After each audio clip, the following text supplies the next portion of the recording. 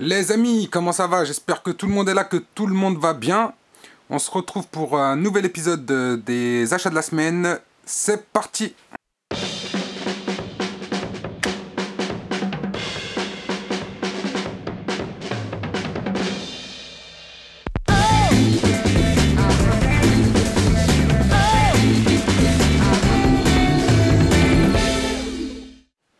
Alors bienvenue les amis pour cette nouvelle vidéo. Merci d'être présents.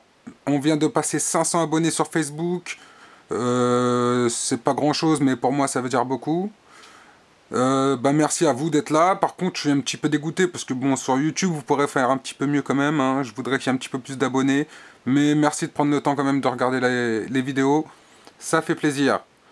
Alors cette semaine, on a des livres, on a des DVD, des Blu-ray, on a des figurines. Donc on va commencer doucement. Je vais vous présenter quelques achats. Donc on va commencer par des figurines. Alors chez Noz, cette semaine, j'ai eu cette petite figurine de Venkman. Venkman de Ghostbusters, j'espère que vous vous en souvenez tous quand même.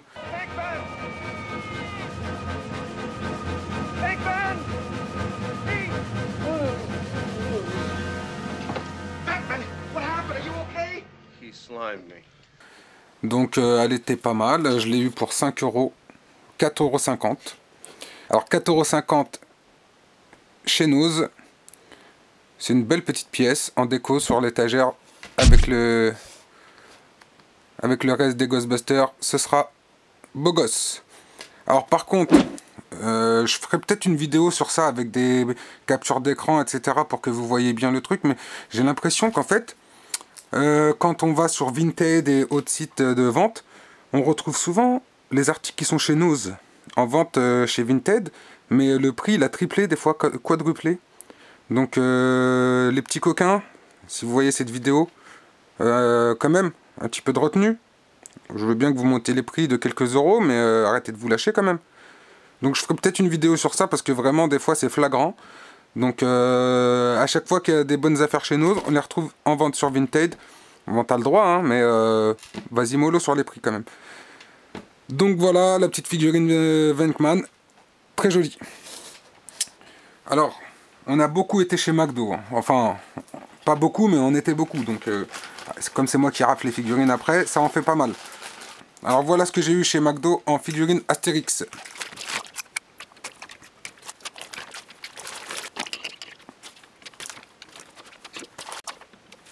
Donc voilà les amis, il y en a 2, 4, 6, 8, 10 et j'en ai encore 2 sachets en double qu'il faut que j'échange chez McDo. Donc ça fait pas mal quand même, hein. Donc voilà les belles petites figurines de chez McDo. Je sais pas quand est-ce que ça se termine, mais bon, je suis loin d'avoir fini la collection, mais bon, ça vient tout doucement. Ça vient tout doucement, ça vient. Donc voilà les belles petites figurines de chez Happy Meal qui vont rejoindre la collection Astérix.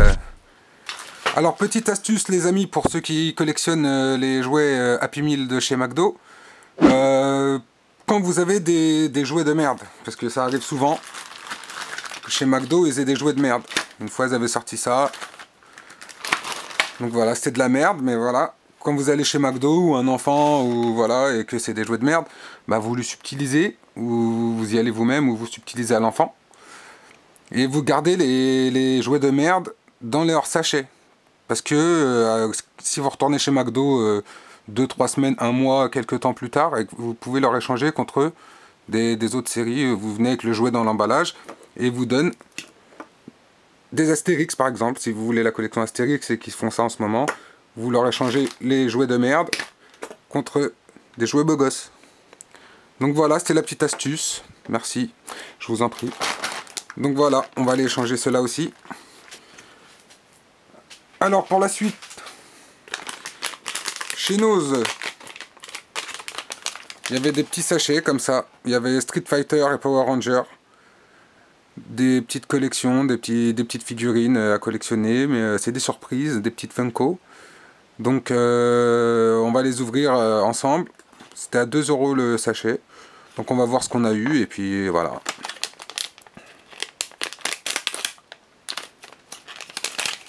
Alors, qui on a eu? C'est Vega. Yeah. Ouais, les beaux gosses. Voilà le petit Vega. Street Fighter. Et maintenant, on passe au Power Ranger.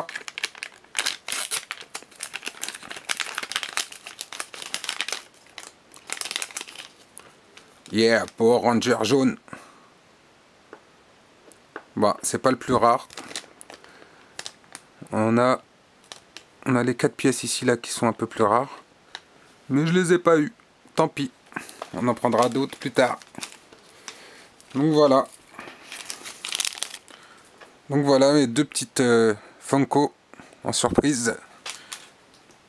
Je voulais pas prendre plusieurs sachets parce que bon, je voulais pas avoir de double, mais bon, je serais forcé d'en reprendre des autres s'ils en ont encore. Donc les doubles, ça peut arriver. Donc voilà, deux belles petites figurines. Une Street Fighter, une Power Ranger qui rejoindront la collection. Voilà pour les figurines, les amis. Donc maintenant, on va passer au film et aux livres. Moi, j'ai 2 livres et des DVD et un steelbook. Donc, c'est parti, on enchaîne. Un petit livre de Stephen King. Voilà, quand le soleil va commencer à repointer son museau, on va se poser au bord du lac avec un beau petit livre. Peur bleue. Alors, un livre de Stephen King, sorti en 1983. En France, il est sorti en 1986. Donc voilà, c'est une petite histoire de loup-garou sympa. Si vous aimez les loups et les garous, ça peut être sympa. Deuxième petit livre. X-Files, aux frontières du réel. Alors, c'est sorti en 1996, écrit par Charles Grant. Et ça se passe dans une réserve indienne, comme on a souvent vu des épisodes d'X-Files. Donc voilà, on va se lire ça aussi. Ça a l'air pas mal. De toute façon, ça rejoindra la collection. Par la suite, ça j'ai chopé ça chez Nose. Le steelbook de Rencontre du troisième type. J'ai chopé ça pour 3 €. Alors, c'est Rencontre du troisième type, hein, j'espère que vous connaissez, parce que c'est un film culte quand même. Il y a marqué en bas même, un film culte de temps en temps, c'est bon pour la santé. C'est marqué. Donc c'est un film culte, hein, c'est le célèbre film de Steven Spielberg. C'est son 3e long métrage, qui est sorti 2 ans après Les Dents de la Mer. Sur le steelbook, on a les 3 versions. On a la version cinéma qui est sortie en 1977. On a la version spéciale qui est sortie en 1981. Alors dans la version spéciale, on a des scènes en plus, des scènes en moins, des scènes qui ont été rajoutées, des scènes qui ont été retirées. Ça tenait à... Spielberg voulait refaire une autre version. Et il a sorti aussi la Director's Cut en 1998. Alors on a les 3 versions dessus. En Director's Cut, vous avez un meilleur montage. Les effets spéciaux ont été retravaillés spécialement. Donc apparemment il y a un vrai travail qui a été fait dessus, donc c'est intéressant. Je ne l'ai pas vu, mais je vais voir ce que ça donne en Blu-ray. Ça peut être pas mal. La VF a été retravaillée aussi. Ça faut voir aussi si... Parce que des fois quand c'est retravaillé c'est pas terrible. Donc voilà, il y a des scènes qui ont été enlevées. C'est un Director's Cut qui a l'air pas mal. Qui est sorti en 1998. Donc je suis content. Pour 3 €. Rencontre du troisième type. Voilà. Ensuite, j'ai chopé ça dans une espèce de dépôt-vente là. Sur les traces de Tintin. C'est un documentaire, c'est une série de documentaires qui était sortie sur Arte en 2010. Donc il vous retrace toutes les... là c'est l'histoire des cigares du pharaon. Il retrace toutes les villes où était passé Tintin dans la BD, tout ça. Donc ils y vont et ils vous font un petit topo du contexte dans lequel a été écrit, dessiné les aventures de Tintin. Donc ça a l'air pas mal, je sais plus si j'avais déjà vu ou pas, mais ça a l'air pas mal, on regardera ça. C'est parti. On reste dans le Tintin, pareil, j'ai chopé ça dans le même stand. Le film de Tintin et le mystère de la toison d'or. Alors c'est un film qui est sorti en 1961, par Jean-Jacques Vierne. Et le DVD est sorti en 1980, en 2002, le DVD. Donc ben voilà, c'est une histoire de Tintin, c'est Capitaine Haddock qui hérite d'un bateau et après il se passe quelques aventures et ils vont en Turquie, en Grèce. Donc c'est pas mal, c'est un beau petit film, je vous le conseille. Alors ensuite les amis, on a Two Guns. Alors Two Guns de Balthazar Kormakour, sorti en 2013. Alors avec Mark Wahlberg et surtout Denzel Washington. Alors franchement, je sais pas pourquoi, mais j'adore cet acteur. Pourtant, il n'a pas un jeu d'acteur vraiment terrible, c'est pas un acteur exceptionnel, mais je sais pas, j'adore cet acteur. Il a vraiment trouvé sa place, quoi. Il a vraiment trouvé son personnage. Même tous ses films, les styles de ses films qu'il aborde, que ce soit des histoires vraies, des thrillers, etc. Dans tous ses films, il lâche sa touche et j'aime bien son personnage. Bon, pas spécialement dans ce film-là, parce que bon, bah, c'est un film d'action, c'est un bon film d'action. Si vous voulez, si vous voulez voir un bon petit film, pas vous prendre la tête, voir un bon petit film d'action, c'est un film pas mal à regarder. Si vous voulez voir des pistolets, des petites explosions, c'est un film pas mal. Vous allez entendre une drôle de pétarade. Il y a une bonne histoire, mais bon, c'est pas un film, c'est clairement pas le meilleur film de Denzel Washington. Mais c'est pas mal, je vous le conseille. Alors là, pour le coup, on a un bon film de Denzel Washington. Bone Collector. C'est un film assez connu. Donc Bone Collector de Philip Noyce, sorti en 1999, avec Angelina Jolie et Denzel Washington. Donc c'est un bon thriller, hein. Si vous voulez voir un bon thriller, je vous le conseille. Bone Collector avec Denzel Washington. Donc c'est l'histoire d'un... Denzel Washington, c'est un expert de la police qui enquête sur des crimes, etc. Et à la suite d'un accident, il devient tétraplégique. Et il continue à faire une enquête, à chercher un tueur avec Angelina Jolie. Et en fait, ben, c'est Angelina Jolie qui va enquêter pour lui, et lui, il va apporter son expertise, etc., sa connaissance. Donc c'est une bonne histoire, je vous la conseille. Si vous n'avez pas vu ce film, je vous le conseille, il est vraiment pas mal. Donc voilà. Un film d'arts martiaux que vous devez connaître. J'espère, si vous êtes un amateur de films d'arts martiaux. La bagarre. Best of the Best, le défi mortel. Un film de Robert Redler, sorti en 1999, avec Eric Roberts. Eric Roberts, c'est James Monroe dans Expandable. La véritable cible, c'est ce type, James Monroe. Il bossait pour l'agence, mais il est devenu à gros gain. Alors il a fait cavalier seul, puis il s'est associé au général pour contrôler à eux deux tout le marché de la drogue. Donc voilà, bah, c'est un petit film, bon petit film, enfin c'est un film à l'ancienne surtout, que j'ai en VHS et que je voulais avoir en DVD, et voilà, ça rejoindra la collection de la bagarre. Autre film, Mesquine, deuxième partie, avec Vincent Cassel. J'ai trouvé ça chez Emmaüs, je crois. Oh, je sais plus. Donc voilà, un film de Thomas Langman, sorti en 2008, avec Vincent Cassel. Donc c'est un très bon film, enfin c'est une histoire vraie, mais ben si comme moi vous avez connu la première version, donc clairement c'est celle-là que je préfère. Enculé! Je suis pas un enculé! On verra ça tout à l'heure. Mais bon, très belle histoire, très bien réalisée. Vincent Cassel joue vraiment bien dedans. Donc voilà, c'est pas mal à avoir. Alors, je sais pas si vous connaissez ce film, Sa Majesté Minor. Alors, si vous n'avez pas vu ce film, tant mieux pour vous, tant pis pour vous, je sais pas, mais c'est un film de ouf. Justement, ça rejoint, enfin, je sais pas comment appeler ces films-là, mais pour moi, c'est des films chelous. Donc, ça rejoint, j'ai une petite collection de films chelous. Donc, ça rejoint mes films chelous.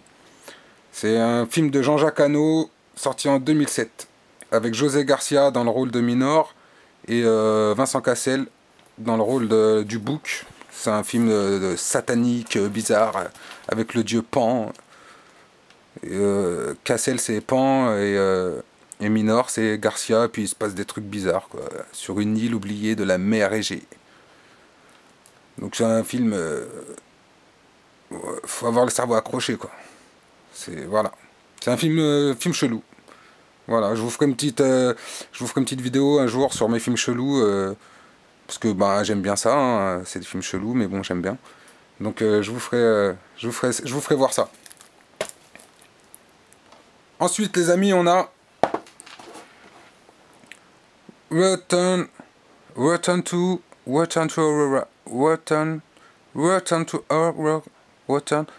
Bienvenue au lycée de l'horreur. Voilà. Alors on a le film Bienvenue au lycée de l'horreur avec George Clooney. Alors c'est un film de Bill Frolic.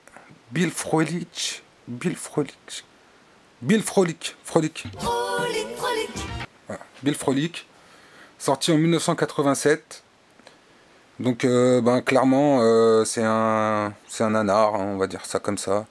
Mais c'est pire qu'un nanar même, je dirais, parce que moi ça va rejoindre une autre collection, un autre classement de films que j'appelle les films de merde. C'est de la merde. C'est de la merde. Voilà. Donc clairement c'est un film de merde, mais qu'on aime bien regarder quoi. C'est pas mal. Enfin c'est pas mal. C'est un film de merde quoi. Donc voilà. C'est Harris Lyric a décidé de tourner un film d'horreur, un film à Crippen High School, un lycée fermé depuis quelques années à la suite de plusieurs meurtres sanglants. Pour plus de crédibilité, il demande à certains des ex-employés du lycée de jouer leur propre rôle. L'équipe s'installe sur les lieux du drame, le tournage commence et les crimes reprennent. Bon, c'est un film de merde. Voilà.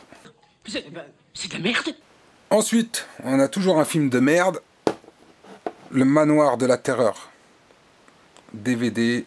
Un film de Andrea Branchi. Film italien sorti en 1981. Donc, ben, en fait, le film, quand il est sorti, ça a été un échec.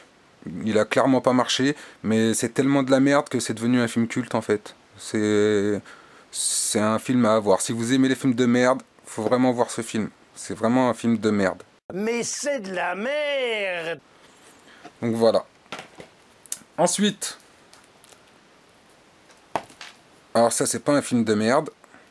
Prison de Renny Harlin. Renny Harlin c'est le réalisateur de Cauchemar de Freddy, Die Hard 2, Cliffhanger et d'autres films. C'est un très bon réalisateur. Et on a dedans Viggo Mortensen. On a Viggo Mortensen et c'est Aragorn dans Seigneur des Anneaux. Sauron will not have forgotten the sword of Elendil.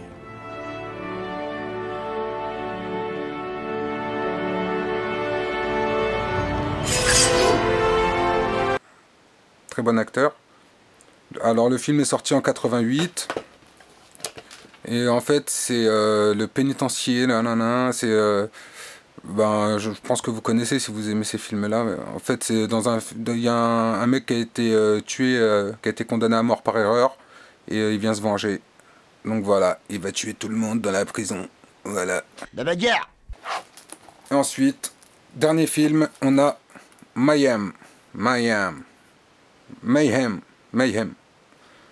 de Joe Lynch, sorti en 2017, avec Steven Yeun dans Walking Dead.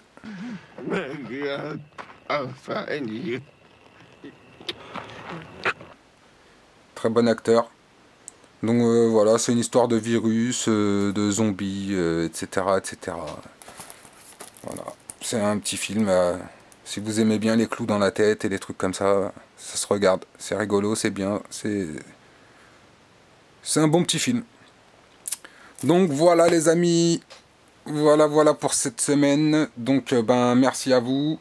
Merci de prendre le temps de regarder cette vidéo. Merci de partager, merci de liker, merci de commenter. On se retrouve sur Facebook comme d'hab. N'oubliez pas Facebook. Il y a beaucoup d'infos sur Facebook, je suis très actif comparé à YouTube. Mais bon, ça n'empêche pas que je voudrais avoir plus d'abonnés les amis, donc on lâche les pouces, on s'abonne, cloche, etc. On bouge partout les amis. Donc, je vous souhaite une bonne collection, vive le 20e siècle. On y va, on lâche pas, on reste connecté. N'oubliez pas, vous pouvez publier vos photos sur Facebook, etc. On partage les amis. Donc voilà, vive le 20e siècle. Plein de bisous. À la semaine prochaine, à bientôt.